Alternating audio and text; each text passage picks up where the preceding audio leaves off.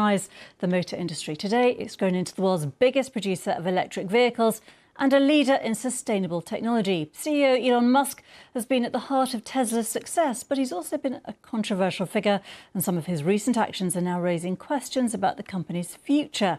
With me in the studio is Theo Leggett, our international business correspondent. Theo, we've seen so much on Tesla, who is buying it, who is perhaps not buying it, who's selling their cars if they've got them. Politics and business have collided, haven't they? They have, and that's largely because of the role currently being played in the US government by Elon Musk. If you step back a bit, what Tesla has achieved in little more than 2 decades is truly remarkable. It was just a handful of people with, as you said in your cue, big dreams. They wanted to produce electric cars and revolutionise the motor industry. Arguably, they've done quite a lot of that. They took electric cars from being seen as pretty uninspiring, mundane, short-range things that you wouldn't want to have on your drive, to being exciting and fun, putting them in the mainstream. I mean, I remember when I first drove a Tesla Model S back in 2012 or 2013, it blew me away because it was completely different from anything we'd seen before. So Tesla has grown massively, and Elon Musk has been a big part of that. He's been the absolute central figurehead of this company, and he has a very loyal following.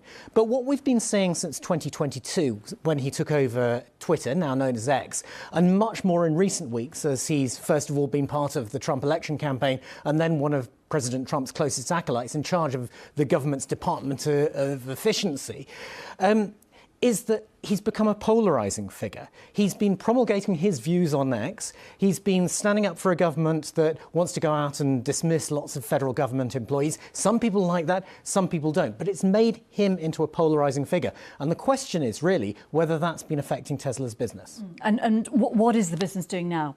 Well, Tesla, in some ways, it's in very good health. You know, the Model Y was the biggest selling car worldwide last year. But for the first time in more than a decade last year, we saw Tesla's sales fall.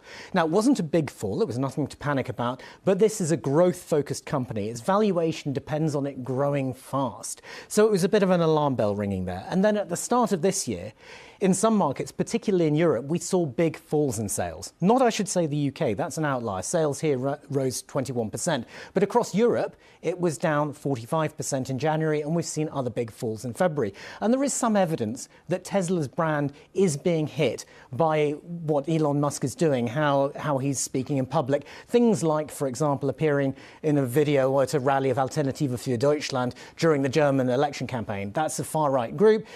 Some people did not like that. So there is some evidence that people who might previously have bought Teslas are moving away from the brand. But that is not the sole reason why Tesla's sales have been struggling. What are the other reasons? Because I was going to say, you know, are customers still slightly separating in their heads the allure of what is still a very elite brand, Tesla, and those who are committed to doing something more environmentally friendly when they're driving, to Elon Musk's politics? Because that's a big question, isn't it? Well, some people are clearly able to separate those two things and have no problem with it. You know, people are still buying Teslas. But if you look at the wider market, there are other factors being involved. So, for example, some of Tesla's model range, which was once groundbreaking, now looks a little bit dated. The Model S has been on the market for an awful long time, so has the Model X. The Model Y has just had a refresh, but, you know, there are mixed opinions about how good that is. Some people may, incidentally, have been holding off buying cars because they knew this refreshed model was coming up. But if there's an awful lot of competition on the market now.